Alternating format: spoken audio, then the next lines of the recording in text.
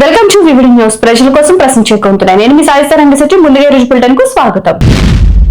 మహానందిలో వైభవంగా స్వామి అమ్మవార్ల తెప్పోత్సవం.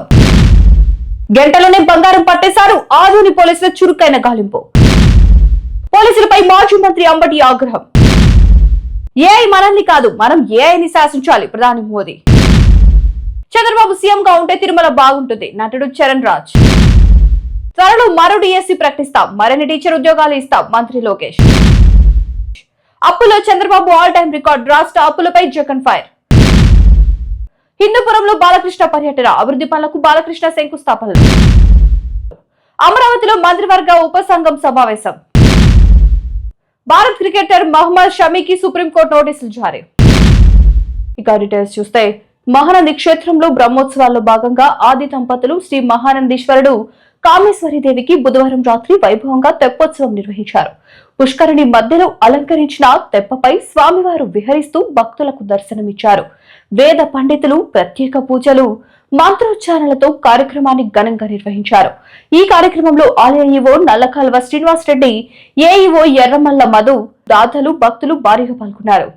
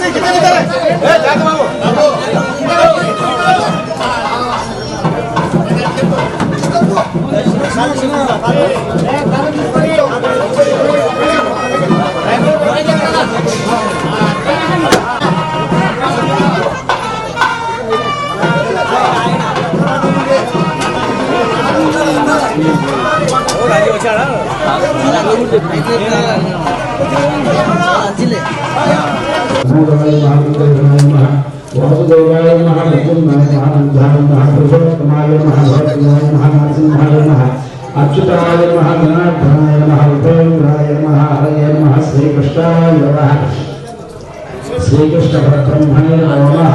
उत्तिष्ठन्तो भवशाः यते भो ब्राह्मणमुखेन कारयिष्ये उत्तिष्ठन्तो श्रीमः. కర్నూలు జిల్లా ఆదోని నియోజకవర్గంలో ఆదోని 1 టౌన్ పోలీసులు తమ సమర్థతను చాటుకున్నారు.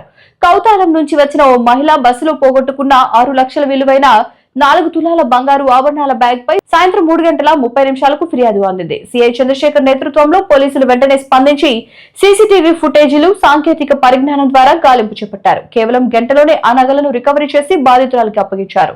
1 టౌన్ పోలీసుల పనితీరుపై ప్రజలు ప్రశంసలు కురిపించారు. అమ్మాయి కామాచి అనేసి కౌతాలము, అమ్మాయి కామాచి అనేసి అమ్మాయి కౌతాలం నుంచి గుంతకల్ పోతున్నది.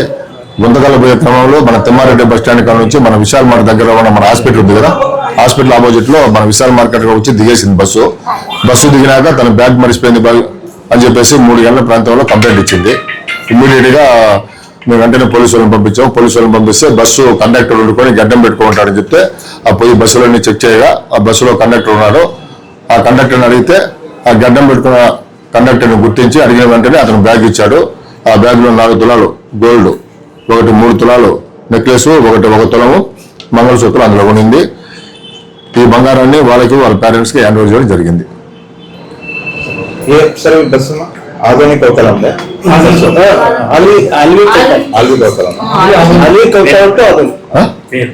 అమ్మాయి పేరు కామాచి కౌతాలం చెందిన అమ్మాయి. ఆ అమ్మాయి ఈ రోజు అర్థమైన గుంతకల్లో వెళ్లే క్రమంలో నీకు ఆదోని తిమ్మారెడ్డి బస్ స్టాండ్ నుంచి మన విశాల్ మార్కెట్ కాడికి వచ్చి అక్కడ బస్ దిగి వెంటనే కనుక్కుంది బ్యాగ్ మిస్ అయింది అనేసి. ఇమ్మీడియట్ గా 1 టౌన్ పోలీస్ స్టేషన్కి వచ్చి ఆ అమ్మాయి కంప్లైంట్ ఇవ్వగా ఇమ్మీడియట్ గా కానిస్టేబుల్ పంపించాము.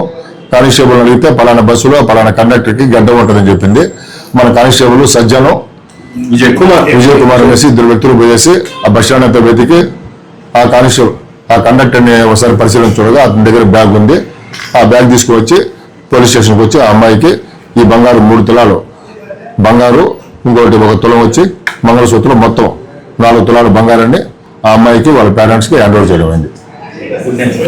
నా పేరు చంద్రశేఖర్, 1 టౌన్ సిఐ. పోలీసుల తీరుపై మాజీ మంత్రి అంబటి రాంబాబు ఆగ్రహం వ్యక్తం చేశారు. అడ్డుకుంటే పాదయాత్ర చేసైనా వెళ్తా అంటూ పోలీసులతో వాగ్వాదం జరిగింది. పరిస్థితి ఉద్రిక్తంగా మారింది.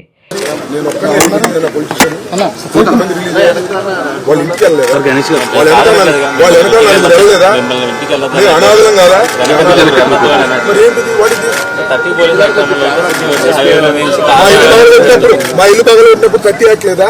జగన్మోహన్ రెడ్డి ఊళ్ళోకి వస్తే 30 యాక్ట్ ఉంటుంది, మేము బయటకు వెళ్తే 30 యాక్ట్ ఉంటుంది. నా ఇల్లు పగలగొడితే 30 యాక్ట్ ఉండదు. అంటే మిమ్మల్ని అడుగుతా అనుకోండి, పోలీస్ డిపార్ట్మెంట్ అడుగుతున్నా. దగ్గరుండి 100 మంది పోలీసుల దగ్గరుండి నా ఇల్లు పగలగొట్టారు. ఆ రోజు 30 యాక్ట్ ఏమైంది? ఆ రోజు రూల్స్ ఏమైనాయి? ఇవాళ నేను 18 రోజులు జైల్లో ఉండి బయటకు వెళ్తే నన్ను అడ్డుకుంటారు. నేను అనేది వస్తారు సార్.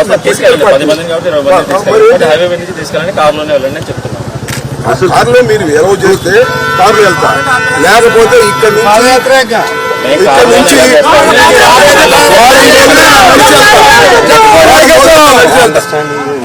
ఇదిగోండి సార్, అనవసరంగా ఇష్యూ పెరిగింది.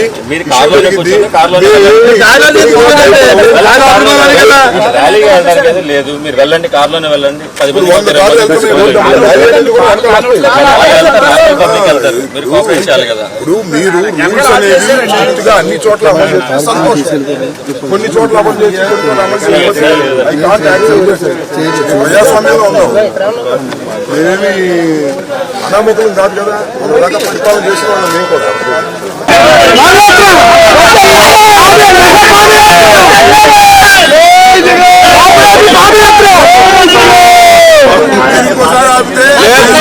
మీడియా ముందు డిక్లేర్ చేసి 10 రోజులు నడిచారు.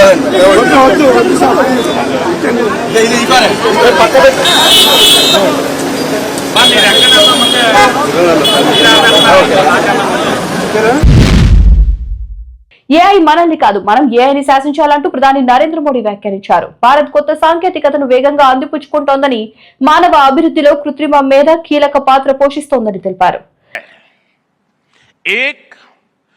जिन्हें एआई में भय दिखता है,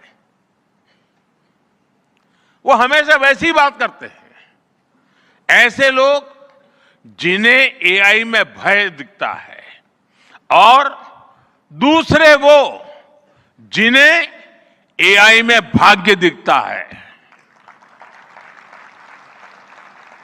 और साथियों, मैं जिम्मेवारी के साथ कहता हूं, गर्व के साथ कहता हूं, हमें भय नहीं, भारत को एआई में भाग्य दिखता है, भारत को एआई में भविष्य दिखता है. చంద్రబాబు నాయుడు సీఎం అయితే తిరుమల బాగా ఉంటుందని నటుడు చరణ్ రాజ్ వ్యాఖ్యానించారు. చంద్రబాబు మళ్లీ సీఎం కావడం చాలా సంతోషకరమని, తన favourite hero Pawan Kalyan deputy CM కావడం కూడా ఆనందంగా ఉందన్నారు. తిరుపతిలో ప్రభుత్వం మంచి ఏర్పాట్లు చేసిందని, ప్రజలంతా సంతోషంగా ఉన్నారని పేర్కొన్నారు.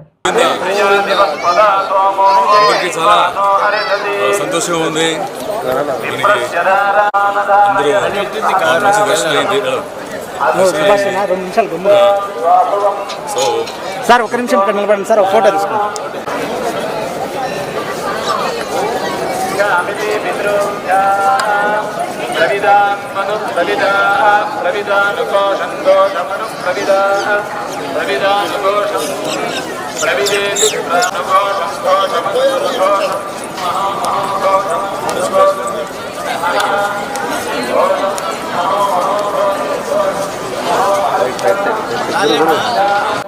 గోవిందా గోవిందా.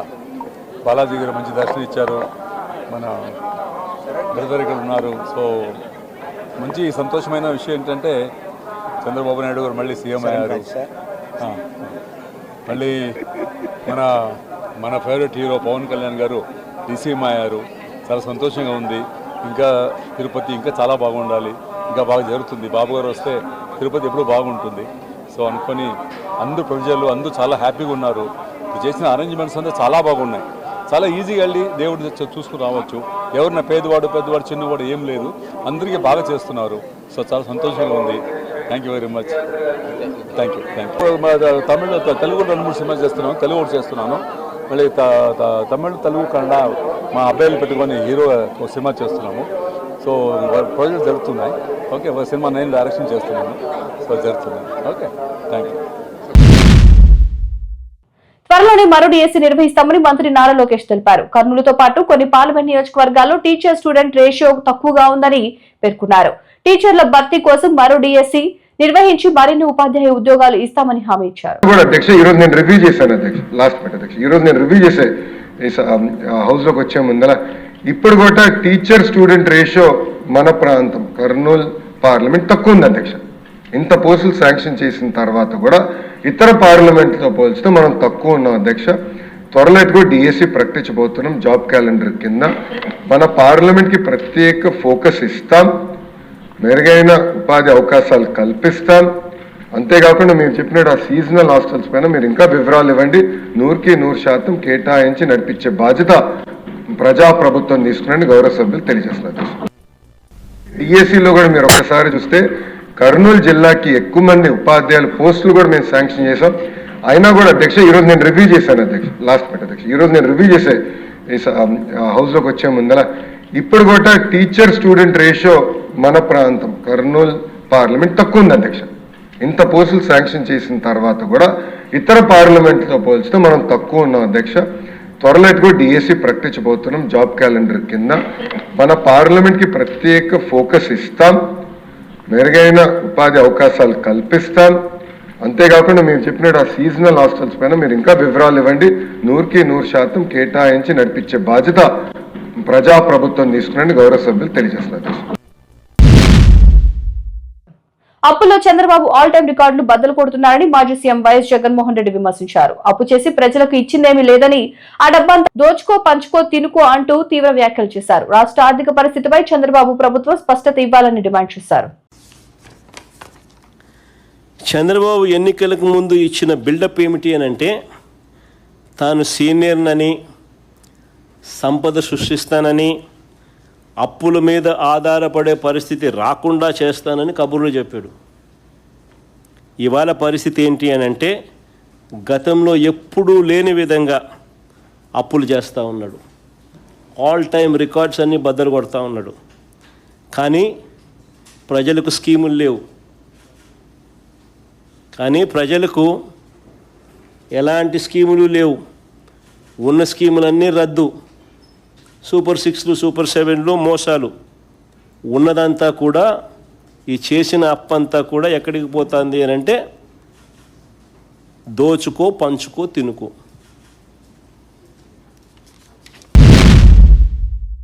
హిందూపురంలో ఎమ్మెల్యే నందమూరి బాలకృష్ణ 2 రోజుల పర్యటనకు వచ్చారు. పలు అభివృద్ధి కార్యక్రమాలకు శంకుస్థాపనలు చేసి స్థానిక ప్రజలతో సమావేశం కానున్నారు.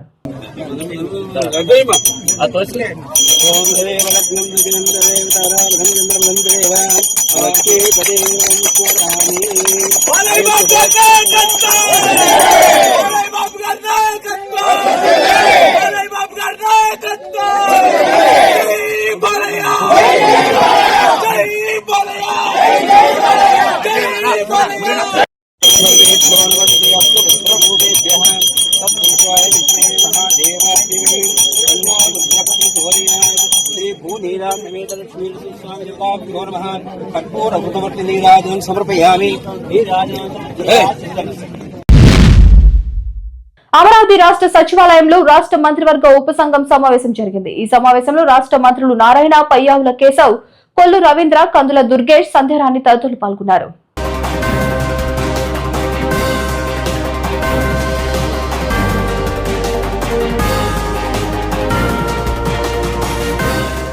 అమరావతిలో యాక్టివిటీ అనేది బాగా గేరప్ అవుతా ఉంది. ఇంట్రెస్ట్ బాగా పెరిగింది. గతంలో స్లోగా ఉన్నటువంటి వాళ్ళు కూడా ఇవాళ వచ్చి, ఇదిగో మాకు అలాట్మెంట్ ఉంది, ఆగిపోయింది, మేము ఇవాళ మళ్ళీ రీస్టార్ట్ చేయాలనుకుంటున్నాం, కోఆపరేట్ చేయండి అని ప్రభుత్వాన్ని అప్రోచ్ అవుతా ఉన్నారు. Definitely it is a very positive indication. అందరికీ నమస్కారాలండి. ఈరోజు అమరావతిలో ల్యాండ్స్ అలాట్మెంట్ విషయం గ్రూప్ ఆఫ్ మినిస్టర్స్ కూర్చొని డిస్కస్ చేయడం జరిగింది. 22 ఐటమ్స్ మీద యాక్చువల్గా ఈరోజు డిస్కస్ చేశారు.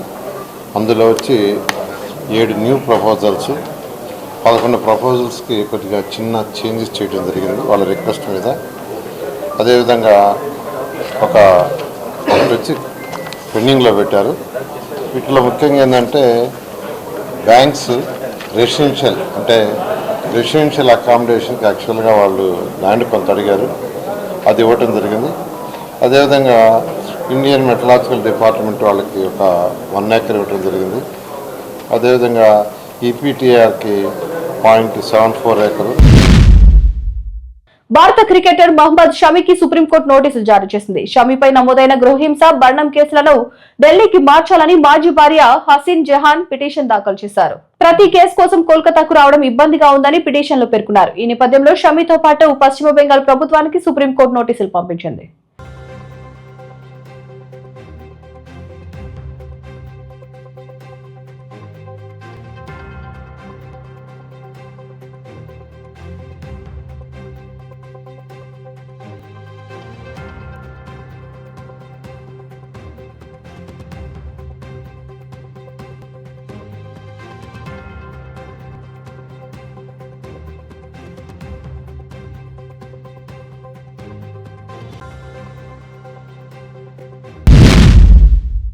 చూసారు కదా, ఇవి వాటి అప్డేట్స్. మరిన్ని అప్డేట్స్ కోసం చూస్తూనే ఉండండి వివిడి న్యూస్. ప్రజల కోసం ప్రశ్నించుకుంటున్నాయి.